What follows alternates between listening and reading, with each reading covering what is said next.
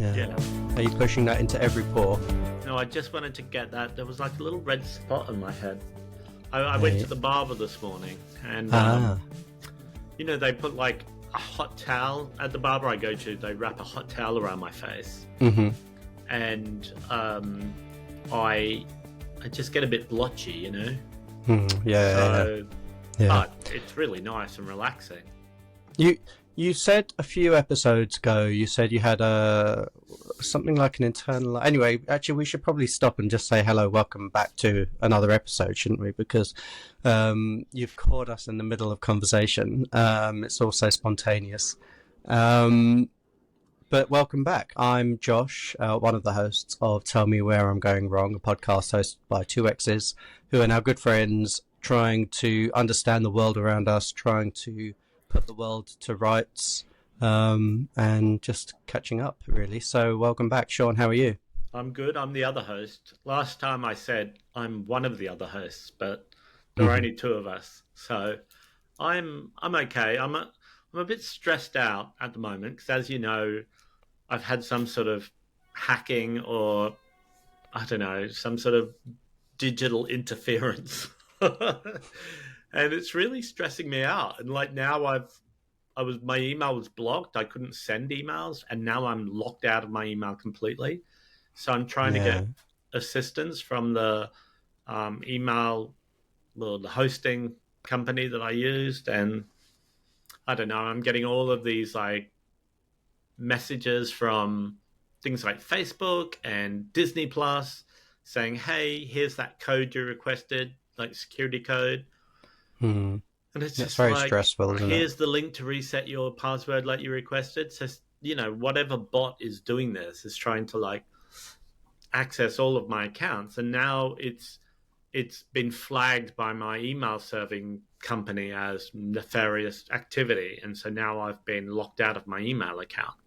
And it's making life very difficult. It's very stressful, isn't it? Especially when you're not very, you know, techie.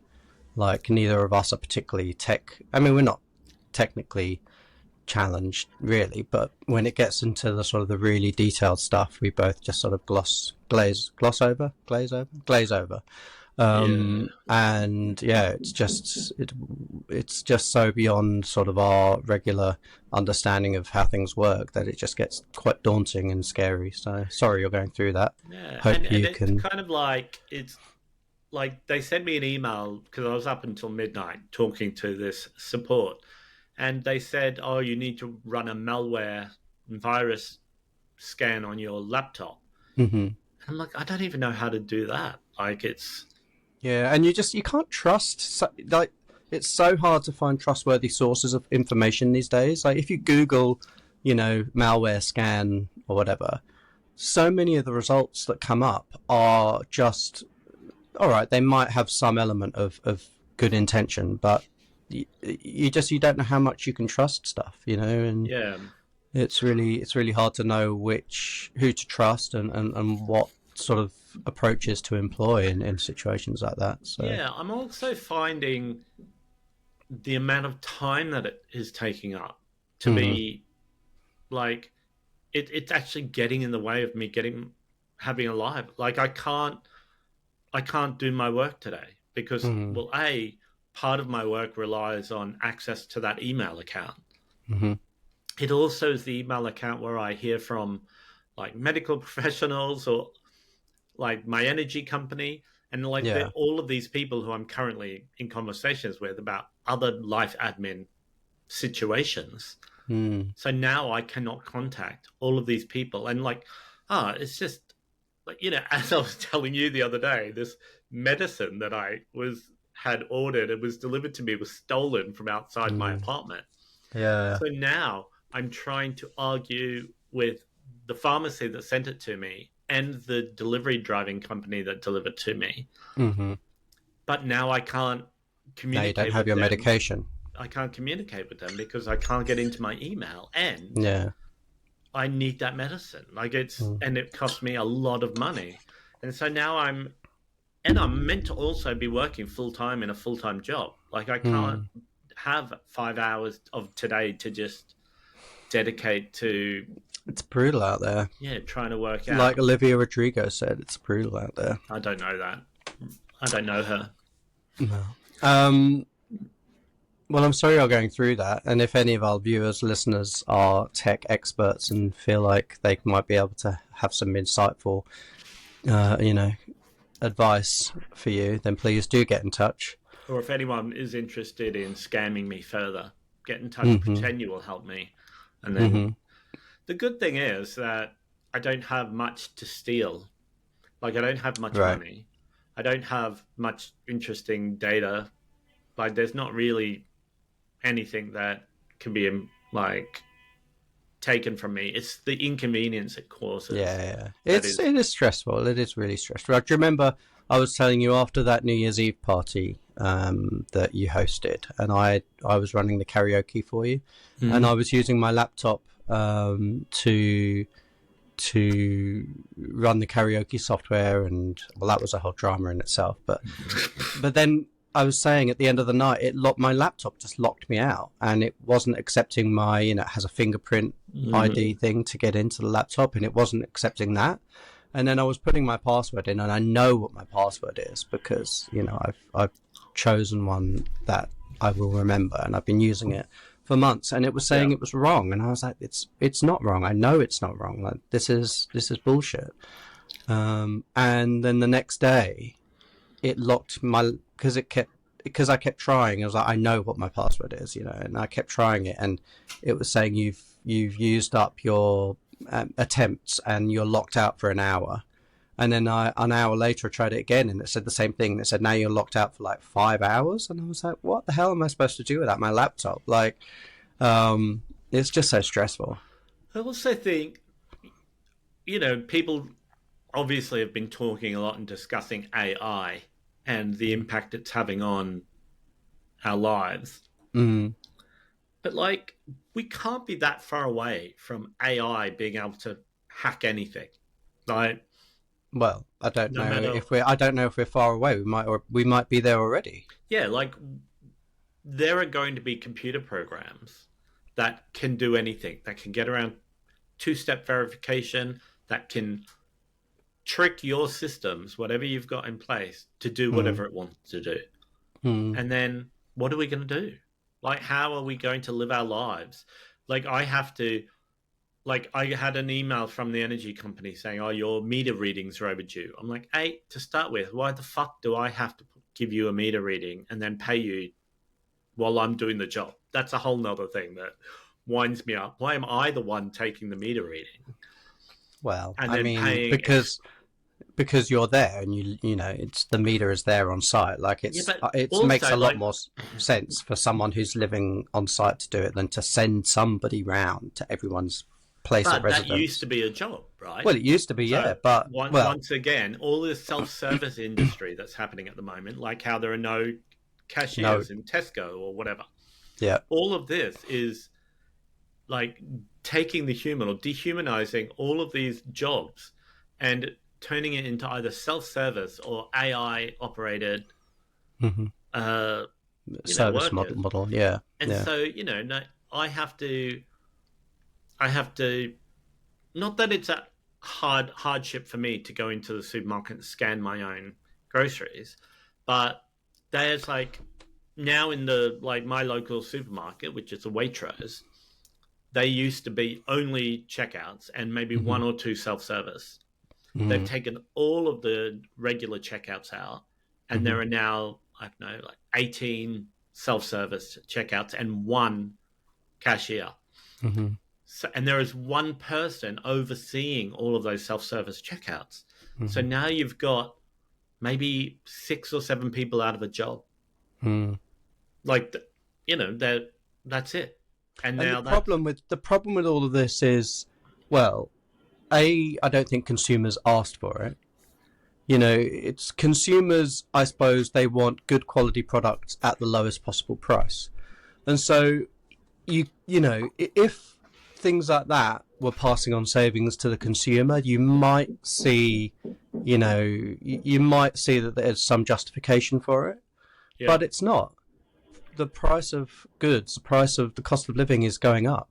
Yeah. and the service that we're getting to live our lives is going down, and it's just the rich getting richer. It's just the CEOs getting richer, and Yeah. that's the problem with all of this. And it's a much bigger problem, but yeah, I mean this all relates to capitalism, and we've spoken about capitalism before on the podcast, and it it just seems to be spiraling, and the way capitalism is intersecting now with politics, with technology, it all just seems to be leading us to a very, very, very miserable looking place. Yeah. And And I don't. yeah, I'm absolutely just fucking worn out from having to deal with the admin of life, Mm, but also how intertwined it is with technology. mm, And if mm-hmm, that technology doesn't work the way it's meant to, I then can't help myself to do the admin of life. yeah. So, Well, like, technology. I was just going to say, technology and capitalism. They're both similar in that we are tied into that those systems, even if we don't necessarily want to be. We yeah, can't opt out of technology. Well, I don't know. Can we opt out of technology? I can't imagine how one well, would opt okay. out of it. Even if it's not taking my sort of data like a bank card or something, there is a Tesco near me that I went into. I go to it sometimes. It's not my first choice, but sometimes because it's open later, I sometimes go into it. It had, it now has uh, these automated tills where you don't even scan what you have. So I walk into the shop, I walk Hmm. around, and I pick up, I don't know, a fucking pack of cream crack. I'm just swearing so much today. I've lost my any ounce of goodwill that I have. I've lost it. There's no Um, pleasantries today. so I walk around. I pick up like a protein bar, an oat milk, and packet of cream crackers, Hmm. some cream crackers too, and I walk up to the self service till, and Hmm. as I approach, the three items that I have are already on the screen. I How? don't I don't scan it. I don't like it's some sort of tracking. Uh, I don't even know. This is breaking my mind even talking about it. This is Like freaky. it's some sort of tracking. I don't know if it's cameras, sensors, whatever. Like there are no chips or tags on the products. It's what I'm seeing as I'm walking around that store, what I'm seeing holding or in my basket by this. So it must be like an AI thing that's tracking everyone that comes into the store, which parts of the store they go to, and maybe doing some sort of shape and color recognition of individual products, I'm It must guessing. be. And you think how many. This is a Tesco Express. So it's not like the biggest store in the world, Hmm. but there still must be a few thousand products in this shop Yeah. that this thing can, as Yeah. I walk up to it, it's already there. It's already says you've got these 3 or 5 or 7 things with you, Yeah. and Yeah. no need to scan. And of course, everyone's in there trying to scan, and there's a staff member there going, "You don't scan, you don't scan." And the look of bafflement and absolute confusion on people's faces. Hmm. And then what this Tesco, what when It's they first ludicrous. started to go like high tech, you then Hmm. got a ticket printed out when you paid, and then you'd walk and you scan the ticket to get out of the To shop. get, yeah. So they're even doing away with having to pay a security guard, right? So this is Yeah. all about automation, removal of like having to pay Hmm. people. So it Yeah. cost a lot to set this up, but over the course of a couple of years, they make Yeah. fucking hundreds of thousands of pounds in stolen wages from people.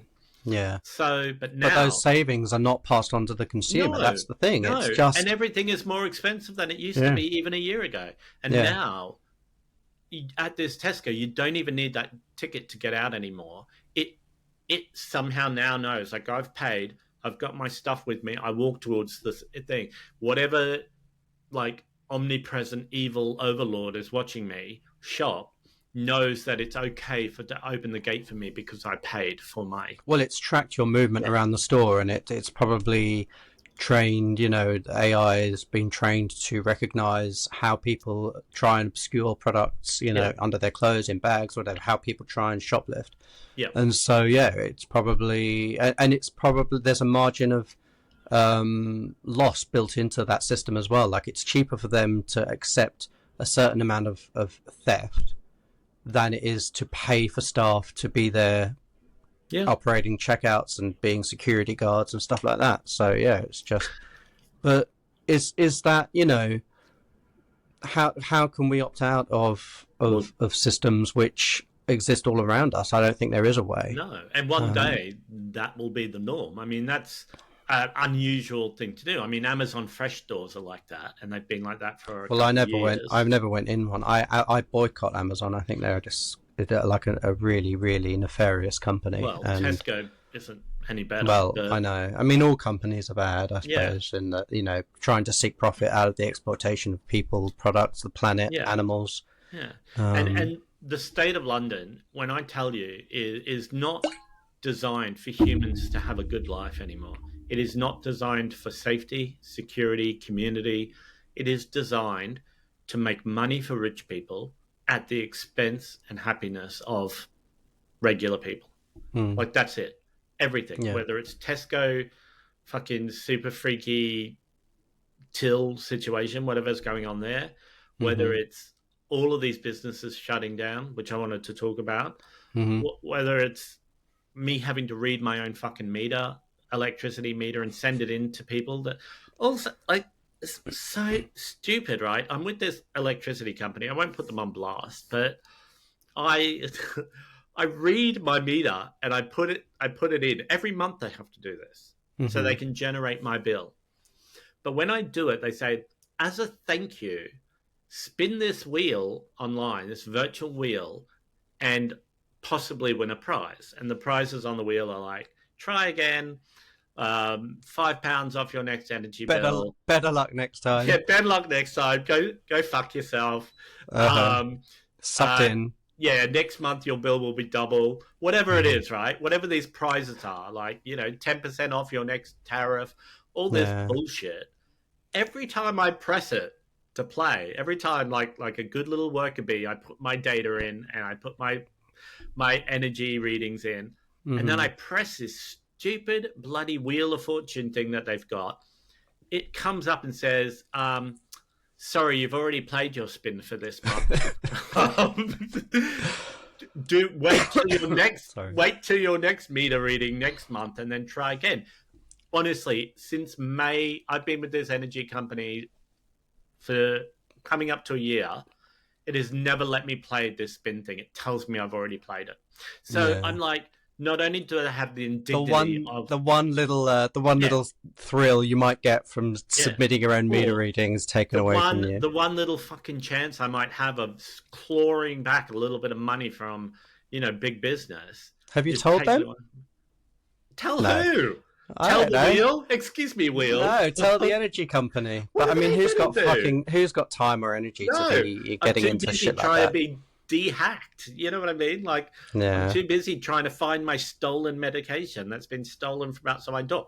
Also, when I called the delivery company to tell them, I went full tilt Karen on them because I was not having it. I was like, I live in what's meant to be a secured building, except the fucking Seventh-day Adventists are marching up and down with booklets, and I'm screaming at them to get out. I don't think they would have stolen your medication, but no, they might be running some sort of rort.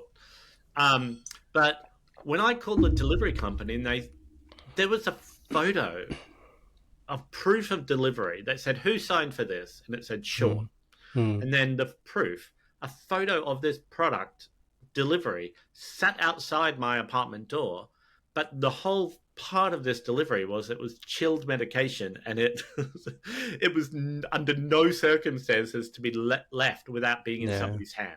Like, that's the thing. And so on this phone call with this help line for DPD, I'm going to put them on blast. They said, yes, this is our driver's fault. They shouldn't have done this.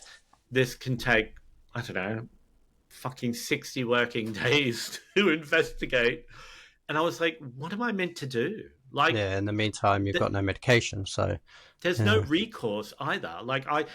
So I was on the phone for like an hour arguing with these people, and I said to them, you've told me that this is a recorded call.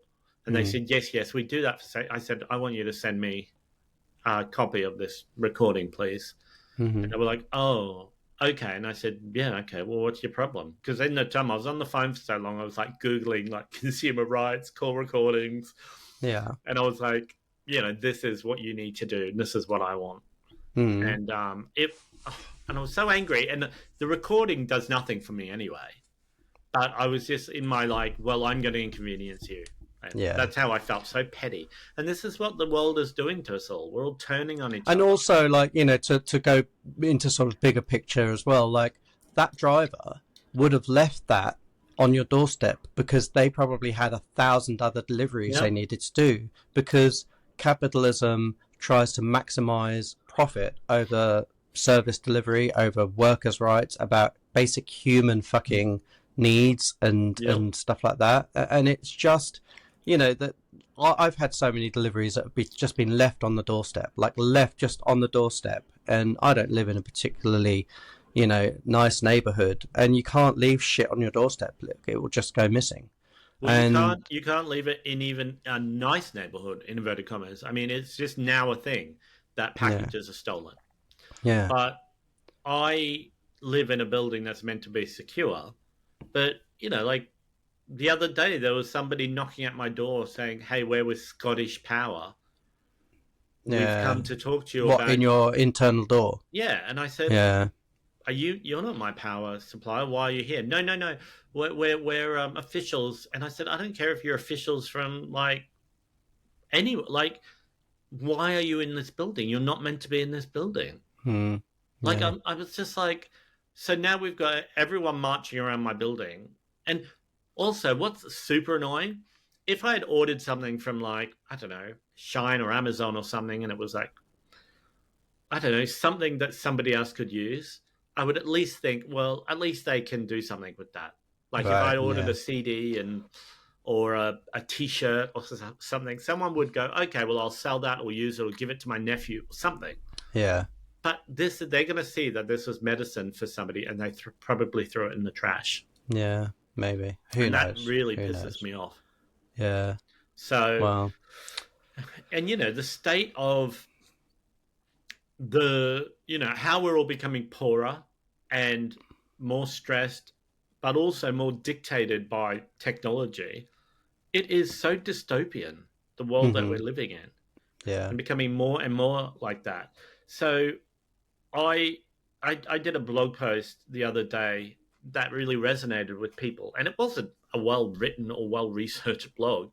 It was There's more a like a shout out list. It was like a listicle, wasn't it? a listicle about these are some vegan or vegan restaurants that have recently closed in London, and there's a real, I suppose, problem of independent businesses and some non-independent businesses, some that are funded by big, companies, shutting down. So even companies that have had a lot of money invested in them cannot afford to stay open in London. No. So Unity Diner closed, which is really popular, hugely Ed's popular. restaurant, isn't it? And it was a not-for-profit vegan restaurant that raised money for an animal sanctuary. And it was, run by the acclaimed vegan activist Earthling Ed. And it was always busy. You sometimes couldn't get in there. And do you know the story about why they closed? Like, was it a rent increase? I was talking to a local business owner who told me, that whole strip along where Unity Diner was, it's on Wentworth Street near Spitalfields, Shoreditch. Apparently, all of the rents were increased drastically, and the businesses tried to negotiate with the landlord, and they were like, no. And it went from, okay, we can just get by and have a little bit of money for the animal sanctuary, to we cannot afford to open the doors another month. Mm-hmm. And Club Mexicana in Shoreditch also shut. Mm. Now, Club Mexicana, did you ever go into that location? Not the Shoreditch one, no. Okay, it was massive. It was a really big, it's been there a couple of years. It was just around the corner from Unity Diner as well. So who knows? It could even be the same landlord. Well, it feels like, like so many other things, but London property seems to just be falling into the hands of fewer and fewer richer people, Yeah. So it's probably like I'd say probably, well, I mean, this is just speculation, but I think it's sort of informed speculation, if you like, that I would guess that probably 80% of central London property is probably owned by about 20 individuals or businesses. Yeah. So the person responsible for Club Mex, like putting up the money, the rent of Club Mex, to the point that even an incredibly busy and beloved and well sort of patronized business can't afford to stay open and pay the rent. What's the end game of this? Like, where is this going to end up?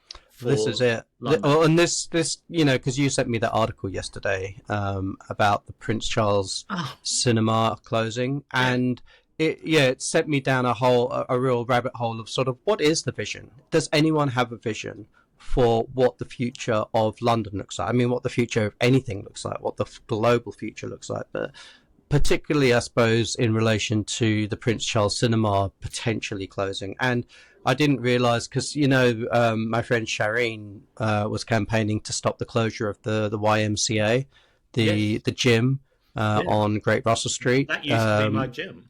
Yeah, and that I didn't realise, but that already closed. It closed about 3 or 4 days ago. I didn't. That's gone forever, and it's the same.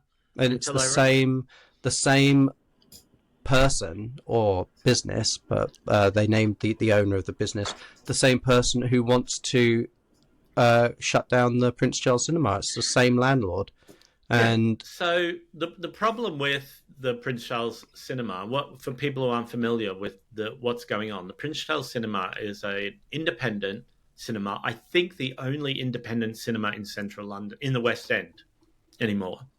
Yeah. Like, I don't think there are any other independent cinemas independently owned and run cinemas in the West End. I mean, there are hardly any independent cinemas left anywhere anymore. I can think of maybe a handful of other ones in the London area. And often when you think something's an independent, if you dig deeper, it's actually owned by a bigger company. Yeah. Like, did you know that Foyles is now owned by, Foyles Bookstore? Yeah. Is now owned by... Is it Waterstones or? Oh, right. Because I went into Foyles the other day thinking, oh, that's Foyles. Like, they've got a few stores, but they're like an independently owned family business. Mm-hmm. Classic. I bought a book from them the other day. This this little number here for anyone keeping score of my book purchases.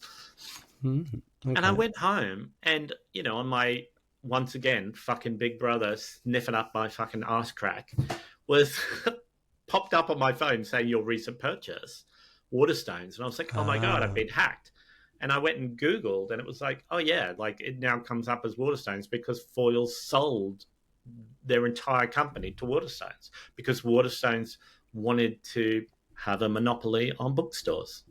And I'm like, oh, okay. So there you go. Well, So anyway, it's a microcosm of everything, but I'm getting sidetracked. So anyway, independent cinemas, independent cinema. The Prince Charles Cinema may or may not even be independent, but the Prince Charles Cinema is. It is, and it's such an institution. So I mean, for anyone, I think we've spoken about it before. Well, we talked in the David Lynch episode. Oh, that's right. Yeah. So it's an independent cinema. It shows a lot of art house, cult stuff, but it also just shows a lot of stuff which has maybe not gotten a mainstream release, or maybe was released a long time ago and they just re-show stuff. I mean, it's such an institution, as was the YMCA gym, To give you an idea of the sort of stuff they show, like the recent movie that I saw, the most recent at the Prince Charles, was Gentlemen Prefer Blondes with Marilyn Monroe and Jane Russell. So they show a lot of classics.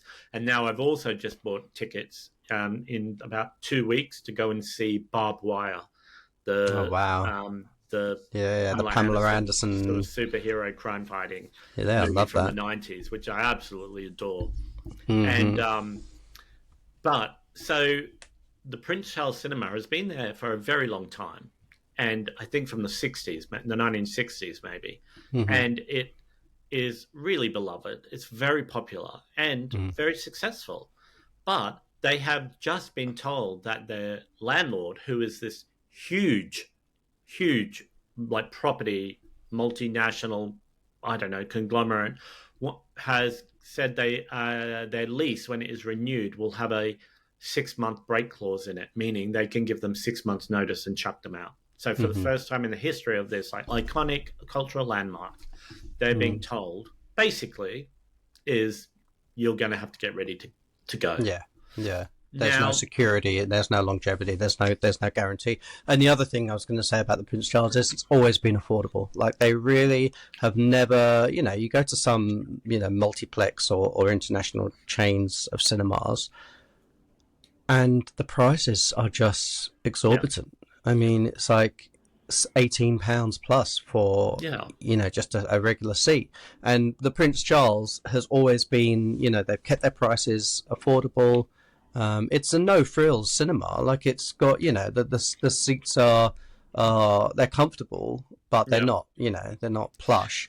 But that's fine. Like that's what people want. It's such a beloved institution. So Yeah, and I'm a lifetime member of the Prince Charles, so I have a membership card. I get like a small discount on tickets. They do like a members priced film once a week. Like it'll be some random movie, like I don't know, Muppets Take Manhattan for £1, or hmm. Hmm. and so I've been a member like probably about 4 years now, and but yeah, I've been going there for ever since I first moved to London in 1998. I've been going there, but that story was it in the New Statesman? Was that Yes, on yes. the New Statesman website talking about the what the danger of the Prince Charles Cinema faces now? Within 24 hours of them launching a petition to get people to sign the petition to show support for the Prince Charles, Mm. it had over 150,000 signatures of signees. But I don't know if that will matter. I mean, what recourse do we Well, have in no, this world to protect our cultural landmarks? no. And this is what I'm saying. Like, where is the vision for what London is supposed to look like? Because I believe that the YMCA is going to be developed into a hotel. I Mm-hmm. believe that that New York New Statesman article implied that the idea would be another hotel where the Prince Charles is, Mm-hmm. and so it's so you feel so, what's the word, just unempowered. You feel so demeaned, and you have no say in the future, in shaping the future of the place where you live, where you've grown up, Yeah. or whatever. Like it's so depressing that at the end of the day, like do we really need more hotels in London? Well, We this need is. more affordable housing. Oh yeah. If the I. YMCA was going to be demolished and affordable housing was going to be put in, at least you would think, well, that's a necessary thing for the future of our city. But I was in a similar situation to the Prince Charles. I was forced out of my home in the West End because of property development. mhm, I lived in Soho for 3 years until last year, mhm, and I was told that my building was being redeveloped and that I had to leave. mhm, And that even though I had a lease, they gave me a legal document that said, we have the right to ask you to leave. And they made me leave. And they completely kicked everybody out, even long term tenants. I mean, there was even longer term tenants in my building than me. And I had been there mhm. 3 years. They completely stripped the building, refurbished it, and remodeled it, and now it's probably close to double the price of what I was paying. Right. So I was, I suppose I'm considered working class. Like, am I in the bracket of working class? I don't know. I don't know. It's because in the UK, the class system is so funny here. It's sometimes not even to do with actual sort of Well, for the sake of it, financials. yeah, for the It's sake of this it's to do with conversation, like mm, I'm not on minimum wage, but I'm mm, not like a city banker. no. And my partner is You living don't with own me, you don't living own there. property. You don't Yeah, and yeah. my partner was living with me was on minimum wage or below. So, working in retail. So Mm, we we needed that security of having an affordable place to live that was just taken away from us on mm, the whim of a property developer who said, okay, if we spend, I don't know, I don't even know how much it cost them to refurbish 4 apartments. But mm, if we do this and then we can double our rent in 10 years, we'll have made this much profit. I was mm, kicked out of my home in like just around the corner from the Prince Charles Cinema mm. to make way for profiteering and But exploitation. but what's their end goal in this? Is London just going to become a city for the rich? It Because is, that's how it yeah, feels. yeah, I mean, it already is expensive. yeah. It's one of the most expensive places to live in the world, I think. But to not have any protections in place to save affordable housing, to save cultural institutions, Mm-hmm. what are we working towards, or is there no long term plan? I think probably there isn't. No, and that rolling juggernaut of capitalism and greed is bigger and more powerful than anything we can do. Mm, And so something like Club Mexicana now being shut down, you've lost, an iconic London restaurant. They still have their locations, one in Carnaby Street and one in Mayfair, in a Macard, in like a market, a food oh yeah. market. Hmm. So, but this location um, in Shoreditch closing down, like 2 weeks or the same week as the Unity Diner shutting down around the corner, you've lost Mm, two iconic vegan businesses or restaurants in the mm, space of like a week of each other. mm-hmm, All of those people are out of work. mm, All of that money that was invested back into like either building social capital or animal protection in the case of Unity Diner mm. has gone and now will probably be replaced with companies where the money is taken offshore or Well, it will out of the probably be, yeah, it community, will be a chain, won't it? It'll be a Leon, or or I don't know, bills, or or yeah, Pret or something. Yeah. yeah. And so not only, it's a shame for the vegan community, as a vegan activist and a vegan community member, and I'm sad whenever a vegan business leaves us.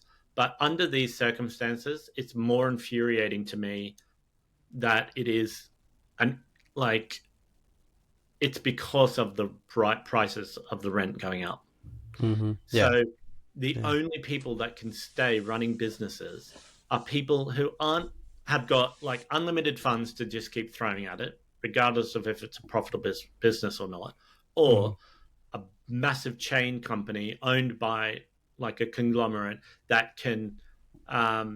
Their plan is to like run as many locations as they can, even some at a loss, to get a mm-hmm. monopoly and brand awareness. So like Yeah. Costa or Starbucks or Bills Hmm. or Leon, like Yeah. whatever it is. Yeah. So there is no place for restaurants like Unity Diner. Even people like Plants by Deliciously Ella. It was a vegan Mm, restaurant in Mayfair run by mm. Ella, Marylebone, or Mayfair. well, somewhere maybe the on the cusp. But Yeah. Yeah. even then, I mean, she's not a poor person, No. but it was decided that the cost of running that restaurant was, it was just not feasible anymore. Yeah. The Gate used to have a couple of But restaurants. so I mean, really, it's like all these independents. How can independent stores compete against multinational conglomerates? You can't. I don't think they can. But then where does the responsibility lie? Should the government not have some sort of I don't know, assistance in place? Should Yeah, there not be protections for all businesses, particularly independent ones, to safeguard, or to ring fence, their future rent, or lease contracts and stuff like that? Should there not, should there not be something in place to ensure, some fund in place to ensure the survival of independent businesses, and to encourage the continuation of community hubs and community services and cultural entities and stuff like that? Like it's I just find it so, like you say, dystopian.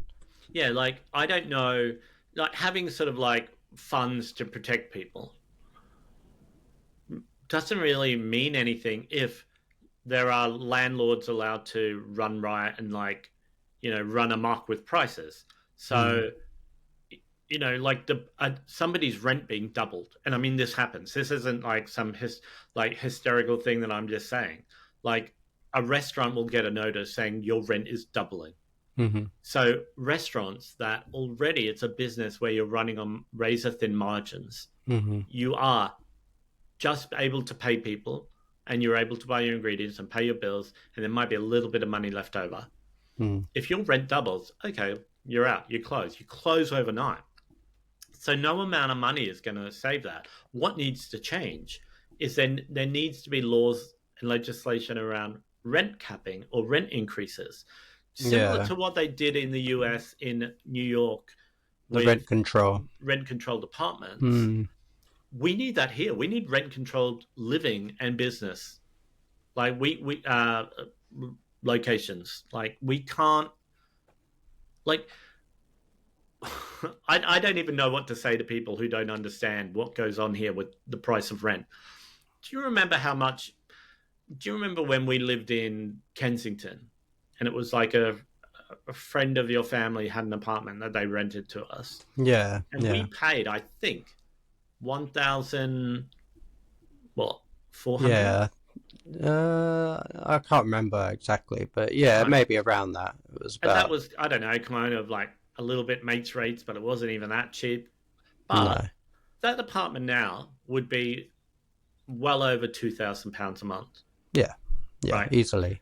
So you're looking at, an increase of maybe more than 50% in a couple of years, right? Yeah, but wages haven't gone up by anything close to that. No, some wages haven't gone up at all. And you're looking at, like, say the price of getting on a bus. It used to be £1 flat fare. It's now £1.75. Right. So that's not a lot of money. Oh yeah, £1.75. But 75p, that was a 75% increase on the price of the bus. Wages haven't gone up that much. If I go and buy a litre of oat milk in the supermarket, when I lived in Soho a year and a half ago, it was 79p. It is now £1.70. So it's more than double. Yeah. So I just don't understand it. This isn't sustainable. And places like that give us a little bit of fucking spirit of like enjoyment in our lives, like the YMCA or the Prince Charles Cinema or Club Mexicana or Unity Diner, these little bits of social capital, these little bits of enjoyment in the shitstorm that is the world, they're being taken away from us and priced out of existence. So now all we've got left with is no fucking money. And then what we do have, all we can do is go and buy like some crummy toaster sandwich in Costa. Like that's it. That's entertainment. Yeah. I don't know. I don't know what to do. It's how do we change this? How do we fight back?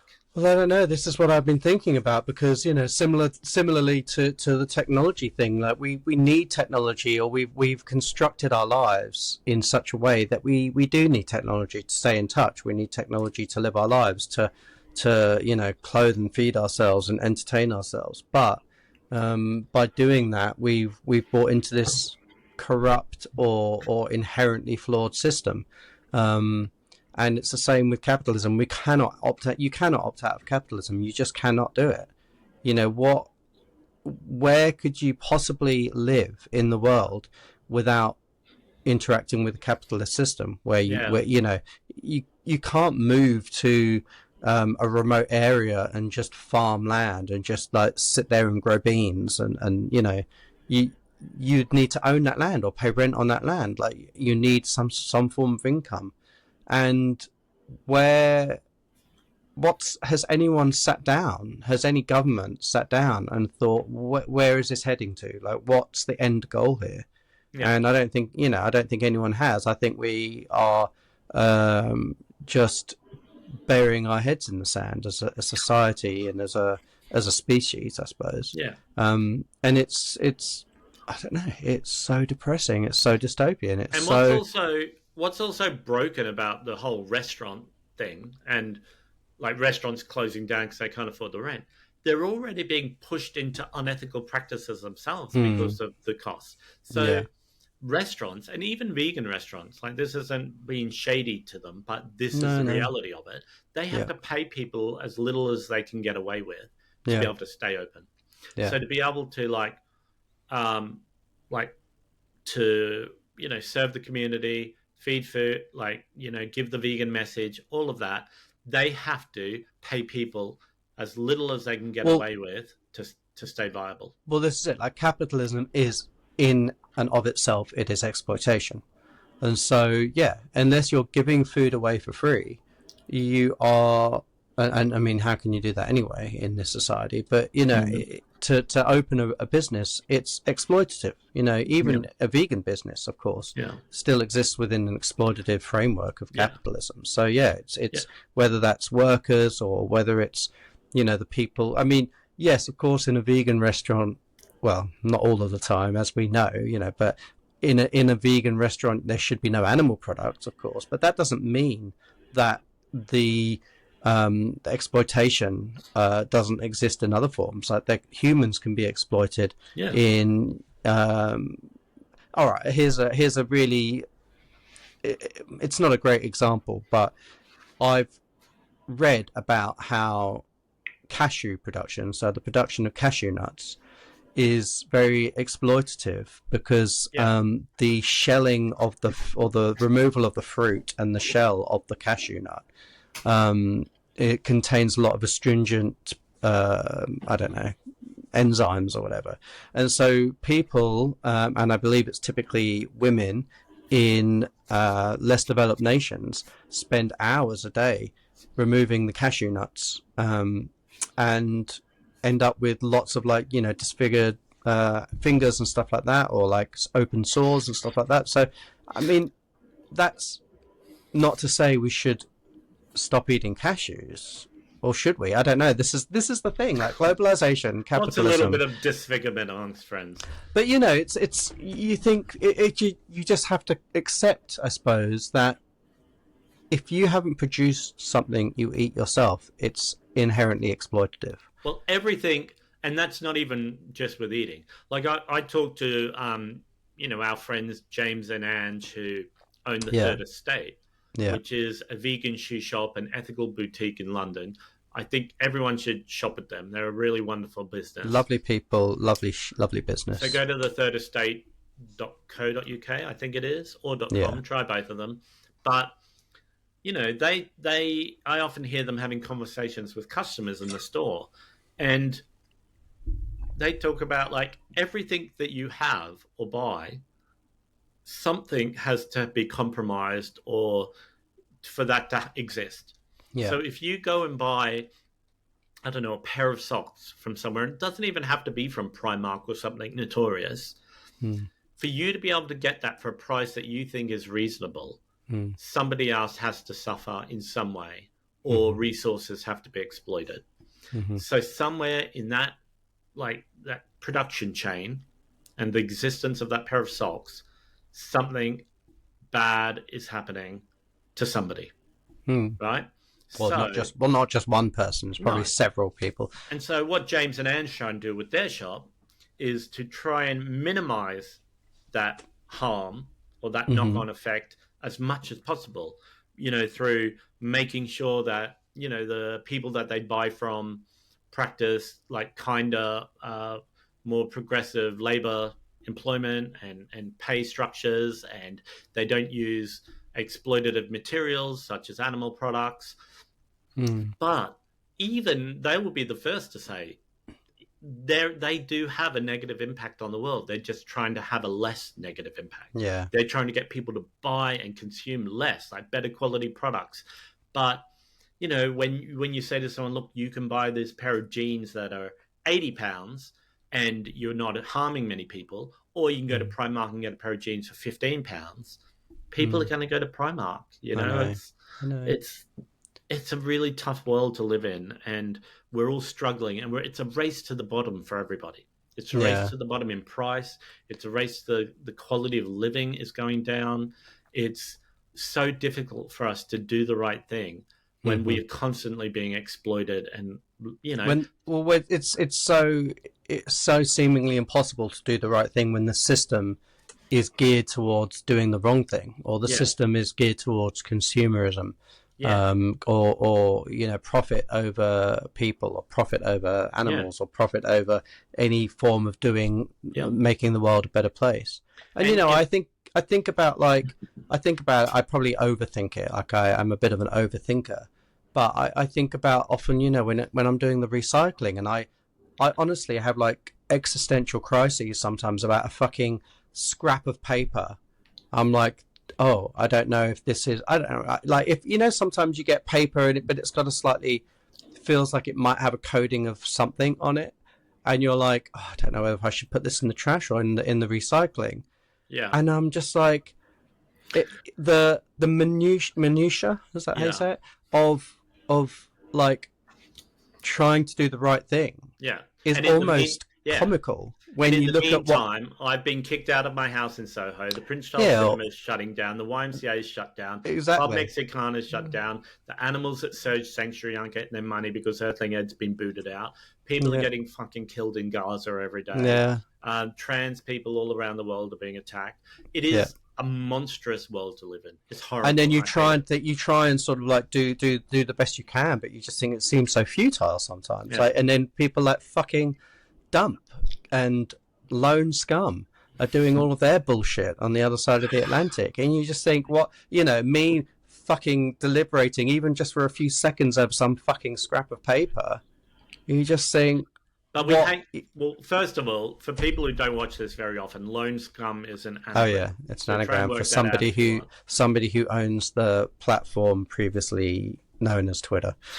But we do what we can because Yes. it's also a self-preservation tool to try and feel like you can make some sort of positive difference to a world that's in chaos. So Yeah. I work, as everyone knows, I work for a charity called Made in Hackney, and it's a food security charity that delivers free cooking classes to people who with extra support needs, who whether that's like social or personal health, where we do plant-based cooking or vegan cooking and free classes for people to help them take ownership of usually health outcomes for themselves through nutritious plant-based cooking. Mm-hmm. We also do free meal delivery service to people, households with extra support needs. I feel like I do a good thing, and I feel proud to be working there, but I often feel this is pointless Mm-hmm. because we're not, we are also involved in trying to make systemic change, but without overhauling the complete system, Mm-hmm. there are always going to be more people than we can help. There Mm-hmm. are always going to be more people than, you know, like if we stopped our meal service tomorrow, there would be however many hundreds of meals would go out each week. There would be those people without nutritious food that week, Yeah. you know, But or if, yeah, or if we stop doing our cooking classes, you know, you know, sometimes elderly people who come to learn how to make the culturally relevant food to them, but in a nutritious, affordable way, they wouldn't have that skill anymore because there's nobody else who gives a shit. mm, Like we there, and I don't mean like we're the only ones, but the system doesn't care. The system is failing people. The yeah. system is taking our access to affordable, nutritious food. The system is taking our right to spaces of celebration and safety, like the Prince Charles, gay clubs, vegan restaurants. It's taking it. It's Mm-hmm. taking away our human interaction. Like we can't even go to fucking Tesco and have a chat with the cashier anymore. You know, Mm-hmm. Yeah. everything is being stripped away from us, Yeah. and it is very, very disheartening. And are our lives becoming infinitely better as a result? Like, are all those is all that money that is No. being, skimmed off of society, is that contributing to a better life for us? No, not at all. It's just making the rich richer. It's such a, as we said in, was it last week's episode or a couple of weeks ago, we were saying, like, why is it legal to accrue wealth? Like, on what basis is that? Can you justify that? Well, I mean, surely there is no legitimate need for any individual to accrue more than £1 million. Or, all right, let's be generous, let's be charitable and say, £50 million. Like, what could you possibly need if you had £50 million? What could you possibly need more money for? Like, honestly, what could you possibly need more money for? I do not understand why there is a legal avenue for people to accrue wealth beyond a certain limit. There should be a ceiling, and after which you are just not allowed to accrue more wealth. It's disgusting. That New Statesman piece about the Prince Charles cinema and the broader issue with the commodification and the pricing out of anything cultural in the West End and in central London. It's very upsetting. Like, it had a really good anecdote in there about all those big screens that are on the corner of Tottenham Court Road and Oxford Street.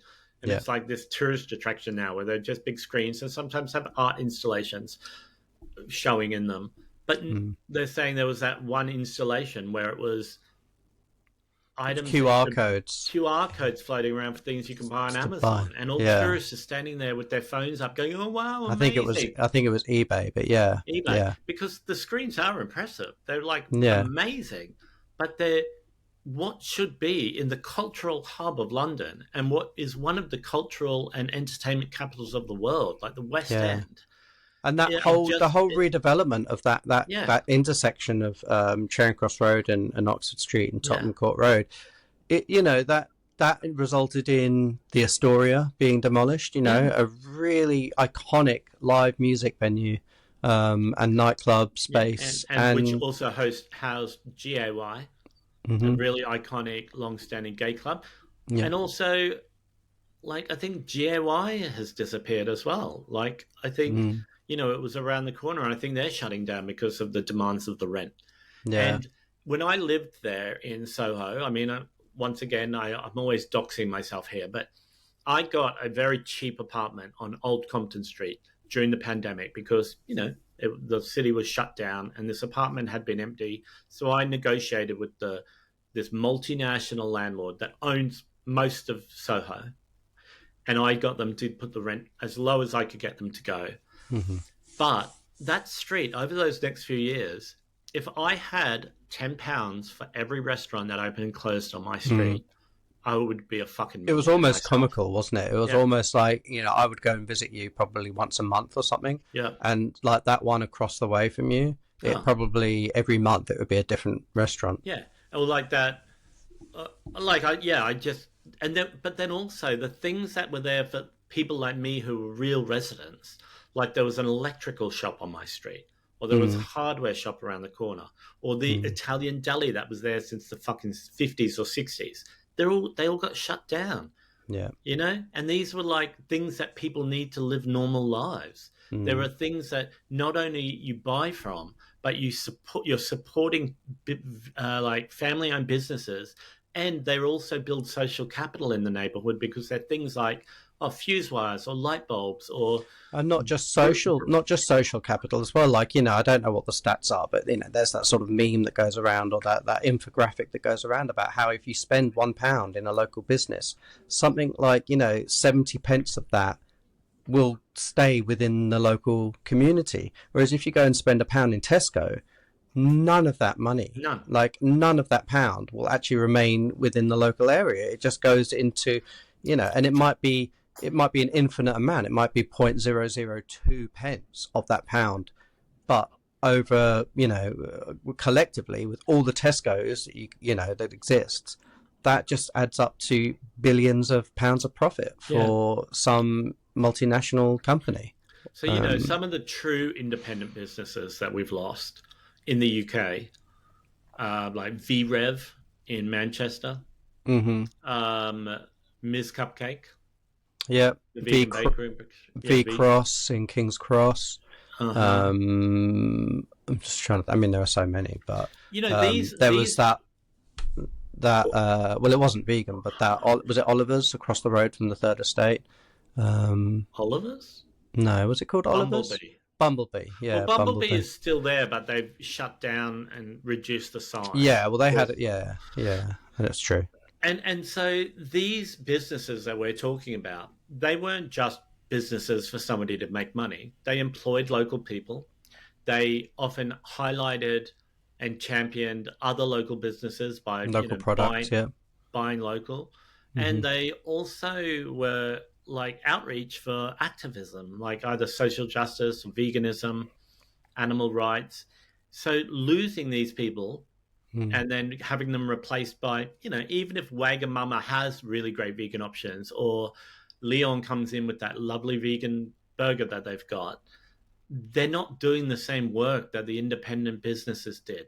Like when we No. used to run Hackney Downs Vegan Market, and we would have like 15 independent vegan traders there. We also gave preference to businesses that were women owned or queer owned, or for people with disabilities who were running businesses, we could give them preference to trade there.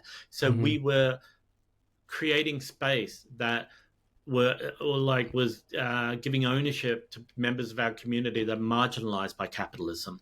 Yeah. And Yeah. now without spaces like that, like we couldn't afford to put on Hackney Downs Vegan Market now. And now that there's vegan food in Wagamama and Bill's and Tesco. And you can buy vegan cheese in every Yeah, supermarket, people like and come to yeah, the market anyway. I mean, that's what happened to yeah. our market. It just, I don't know. I'm finding it very depressing. This is a very depressing episode. But like, But what do we do? Like, what can we do? And what can we do as individuals? What can we do collectively as communities?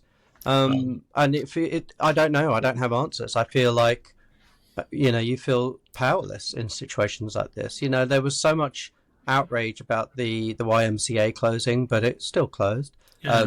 There have been so many signatories on that petition for the Prince Charles.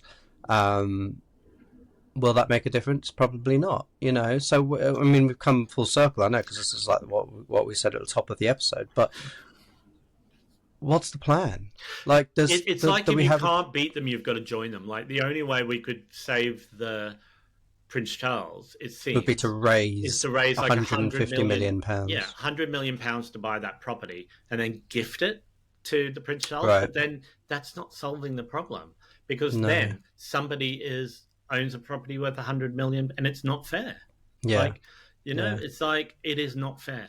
It's Yeah. it's not equitable at all, and people should be allowed. There should be agency and space for people to run small businesses, community-focused spaces, and be affordable, Hmm.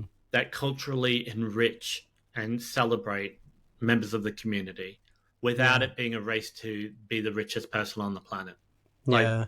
That's the only way. And but I don't know. I don't know what to say. It's like, I'm like, I feel like we have gone as a society, as a global society, as a species, we've gone too far down a certain pathway to really go back and change the system, which sounds so depressing to say, but I really do. I don't see how we can opt out of capitalism and consumerism at this point. I think even something like COVID, that sort of disrupted our status quo for quite a long time, yeah. didn't actually do any long-term change to the structures of society. I think it sped up the Yeah, the yeah, gap possibly. between the rich and the poor. Yep. It accelerated it, Yeah, and it made people more reliant on things like Amazon, food delivery, yeah, like impersonal commerce, and it hmm made us complacent to this. And now, so we're completely being hoodwinked.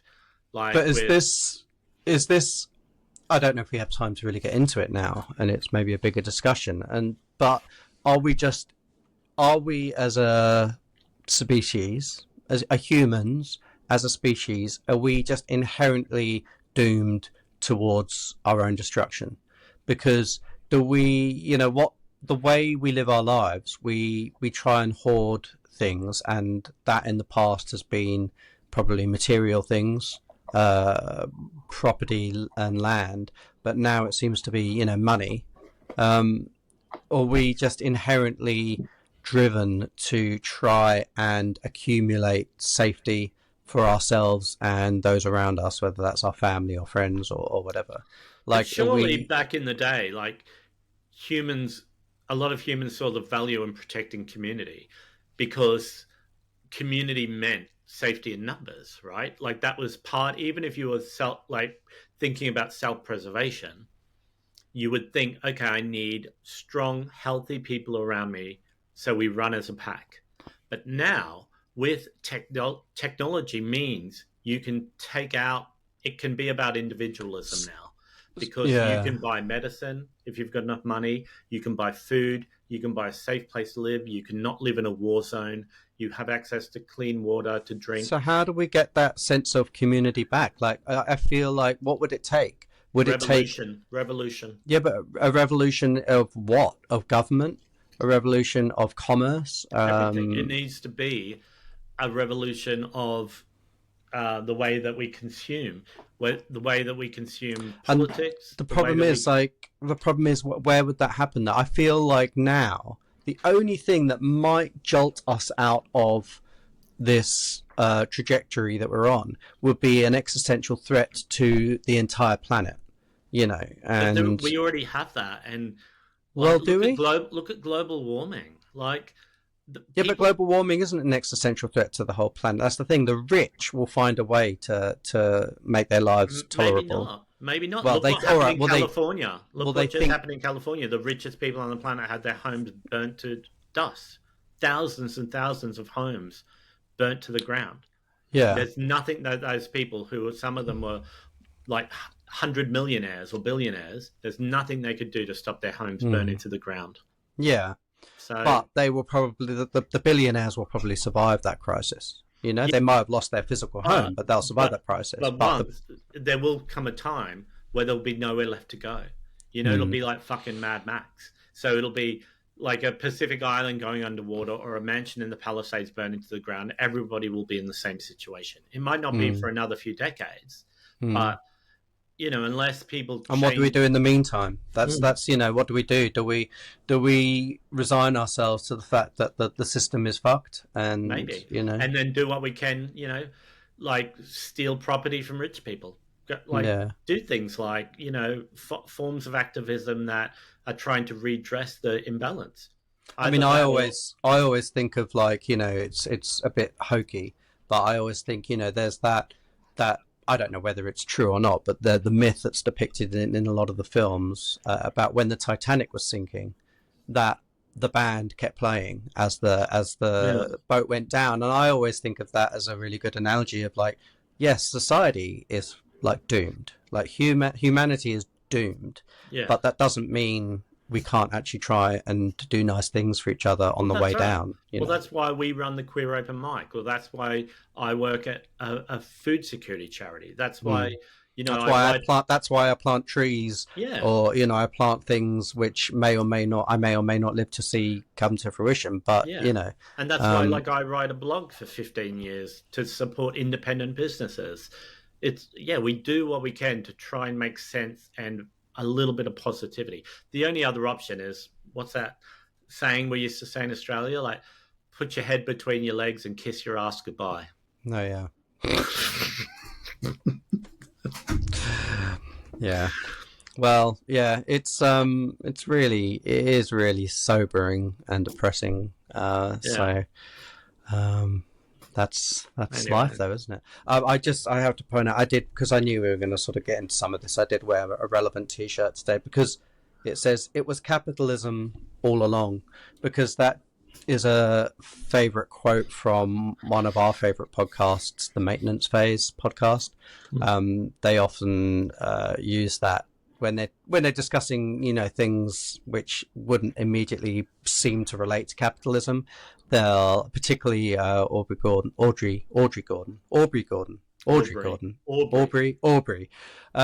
always get Aubrey and Audrey confused. Aubrey Gordon will often just say, "Well, it was capitalism all along," and so I, as a true capitalist, I went online and bought a T-shirt that said that, and I wore it today because I knew we'd be talking about some of these themes. Is that like a knockoff? Do they get money for it? Or no, this is it. I went to their website thinking, "Oh, surely they'll have that as a T-shirt," and they didn't. So I was like, "Oh God," So even trying to make a political statement, I've bought into some capitalist bullshit. Mm-hmm. This is it. We're all fucked. Right. I'm gonna go and break into a mansion or something. That would be the episode title. We're all fucked. Oh my God! And we're running over, but I'm obsessed with Lady Gaga. That new song is amazing. Really one of the best things that she's ever done. But then, she performed at not at the Super Bowl yesterday, but she performed before it started. She did a song which they beamed into the stadium. Oh, right. She wasn't there. And she's amazing. But she did it on Bourbon Street in New Orleans. Right. She did it on a piano in the street in front of a crowd. Oh, yeah. And it's just this hyper fucking patriot kind of vibe of celebration sporting events in the US that makes me so unwell. And so I love Gaga, but then she gets involved in that kind of thing. Someone described this is another episode, I think. She did that song. I'll just finish on this joke, but she did that song "Hold My Hand," that song from the Top Gun movie. Oh yeah. And somebody said, "Oh, she's pulled out the military wives anthem." Right, it's kind of got that vibe, and it's just after all this stuff going on with restaurants closing and people being too poor to fucking do anything, and then there's this big gross celebration of corporate America and patriotism. It's just kind of I don't like it. It does leave a bad taste in your mouth. Yeah. All right, let's wrap up. Sean, where can people find you? Go to Instagram or Threads. At Fat Gay Vegan. I'm on other platforms as well, or go to my blog fatgayvegan.com. Great. And if you want to find out what I'm up to, you can follow me on Instagram at Josh and the Jumpstarts, or go to joshandthejumpstarts.com, or go to your favorite music streaming platform and stream my music, where I'll get 0.002 US cents for every stream, thanks to the capitalist forces that exist. But thank you for tuning in as always, and don't forget to subscribe on Spotify or YouTube, and we will be back in your feeds, hopefully in a bit more of an optimistic mood next week, but no guarantees. Well, until then, don't forget to put your head between your legs and kiss your ass goodbye.